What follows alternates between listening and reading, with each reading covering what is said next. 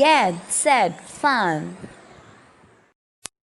Today in our video, we are going to see on how to make Arabian coffee. This is going to be very tasty. For making this, I have dried 10 to 11 seeds of dates for 2 days in sunlight.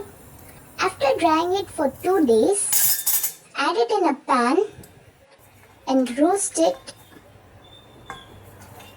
until it becomes black. This is dates seed. Roast it finely, and at this stage, off the flame and transfer it to a mixer. Then grind it finely and our coffee powder is ready. Let's take a cup and add 2 teaspoons of sugar and 2 teaspoons of freshly grinded coffee powder. Add hot milk to it.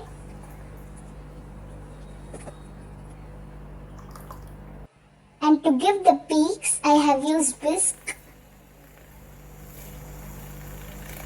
This is optional and our Arabian coffee is ready.